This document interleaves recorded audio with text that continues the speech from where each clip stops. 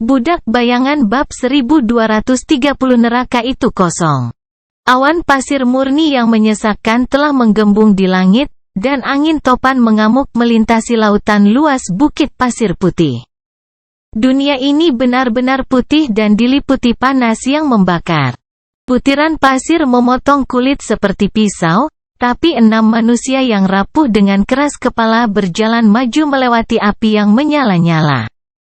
Menutupi mata mereka dengan tangan yang lelah dan berjuang melawan angin.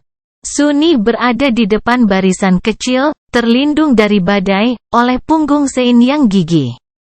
Ada pecahan kaca hitam di tangannya, dan di dalamnya terdapat pantulan seorang pemuda dengan satu mata bersinar seperti cermin. Cepat, Sunles, kamu hampir sampai, tapi kamu harus cepat. Makhluk itu semakin dekat. Diam, bajingan, aku tahu semuanya. Sambil mengertakkan gigi, Sunni menerobos angin dan berjalan ke depan. Dia merasa seperti dimasukkan ke dalam oven yang panas. Para skinwalker mengejar mereka, tanpa henti dan tak terelakkan seperti biasanya. Tapi jika terus begini, gurun itu sendiri akan membunuh mereka sebelum kekejian besar itu bisa terjadi. Apa? Sebuah lelucon, 6 ascendet terkuat di dunia, akan dilakukan oleh lingkungan. Bukankah itu lucu? Perjalanannya sebagai seorang yang terbangun telah dimulai dengan hampir mati kedinginan di pegunungan yang dingin, dan sekarang dia hampir menyerah pada panasnya gurun terkutuk yang tak tertahankan. Alam impian tidak mengenal belas kasihan terhadap yang lemah, namun juga kejam terhadap yang kuat. Bukan berarti Sunni terlalu kuat. Secara acak, dia teringat bagian pidato yang Nevis berikan kepada para sleeper di Bright Castle, tepat sebelum memimpin mereka mengepung Crimson Spire. Yang lemah akan mati, yang kuat juga akan mati. Dan mereka yang tersisa tidak akan sama. Ikuti aku, dan kamu tidak akan pernah menjadi budak. Dia ingin tertawa. Dunia seluruhnya berwarna putih dan berpijar. Mereka tidak akan bertahan lebih lama lagi dalam badai pasir yang memusnahkan.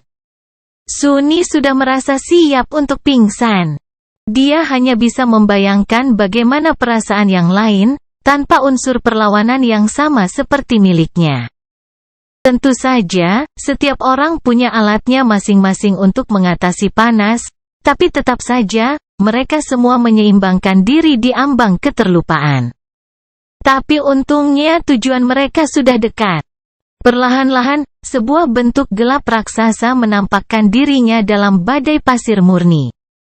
Sunni membeku sesaat, mendongak.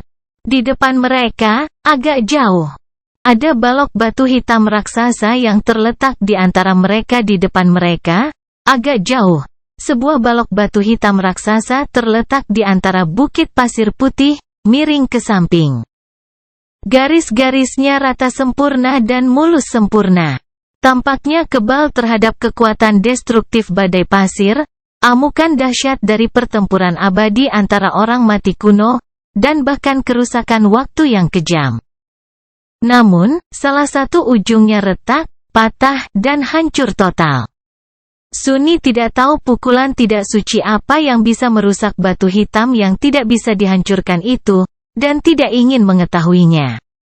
Pemandangan itu mengejutkannya, bukan hanya karena dia mengenali balok batu itu dari mana asalnya, tapi juga dari mana asalnya. Keseluruhannya memancarkan kegelapan hantu yang familiar. Balok batu hitam raksasa adalah benih mimpi buruk. Semua itu, di bawah benih itu, terlindung dari angin oleh hamparannya yang luas, makhluk keji bersayap yang mengerikan tergeletak di atas pasir. Anggota badannya yang kuat dan ekornya yang panjang tampak kerdil jika dibandingkan dengan ukuran balok batu hitam tersebut. Namun tidak satu pun dari mereka yang tertipu, makhluk itu sangat besar dan berbahaya.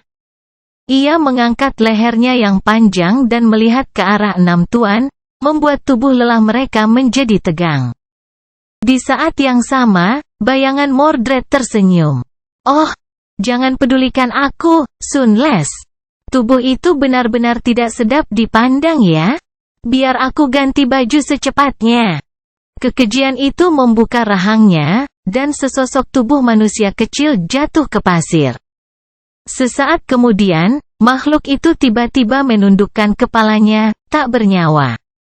Tubuh manusia bergerak. Pangeran Ketiadaan perlahan bangkit, lalu melambai ke arah mereka dengan tunggul berdarah. Angin membawa suaranya, lari. Skinwalker hampir tiba. Sunni ragu-ragu sejenak, lalu melirik ke arah Nevis. Tanpa membuang waktu lagi, dia mengumpulkan kekuatan terakhirnya dan berlari menuju balok batu hitam raksasa. Sisanya mengikuti. Mereka sudah mendiskusikan semua hal yang perlu dibicarakan.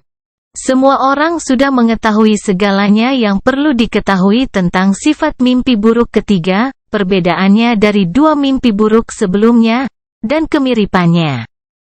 Kali ini mereka akan memasuki persidangan dengan tubuh fisik mereka. Lagi pula, tidak ada perbedaan antara tubuh yang berdiam di dunia nyata dan tubuh yang mengembara di alam impian setelah seseorang menjadi ascended. Itu adalah sesuatu yang Nevis dan Casey pelajari dari klan Valor, dan bagikan kepada mereka. Senang mengetahuinya. Terlepas dari fakta ini, mimpi buruk yang akan mereka masuki sama sekali tidak diketahui. Skinwalker itu bernapas lega, jadi tidak ada waktu untuk ragu-ragu. Sunni menghubungi Mordred dan memandangnya dengan cemberut. Sebaiknya kau tidak menarik apapun begitu kita sudah berada di dalam. Pangeran Ketiadaan terdiam sejenak, lalu menyeringai, kamu mengeluarkan kata-kata itu dari mulutku. Sunles. Ayo kita bertahan hidup. Sunni mengangguk, lalu menoleh ke teman-temannya. Apa yang ingin dikatakan? Dia memaksakan diri untuk tersenyum dan berteriak, semuanya, tetap hidup. Kami akan kembali sebagai orang suci. Dengan itu, dia melirik mereka masing-masing untuk terakhir kalinya. Ada percikan api putih menari-nari di mata Nev. Casey pucat, tapi penuh tekad yang tak terpatahkan. Kai menatap batu hitam itu dengan perasaan gentar pasrah. Evie tampak muram dan penuh tekad. Jet tersenyum. Dia menggelengkan kepalanya ringan dan tersenyum. Hidup memang tidak dapat diprediksi. Lagi pula, siapa yang mengira bahwa aku akan menantang mimpi buruk ketiga?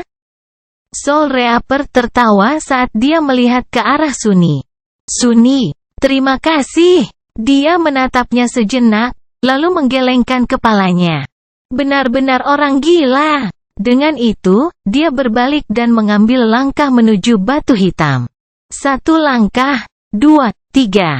Perlahan-lahan, api putih dari badai pasir yang mengamuk menghilang, dan yang tersisa hanyalah kegelapan tanpa batas. Dalam kegelapan itu, Sunni mendengar suara mantra, naik.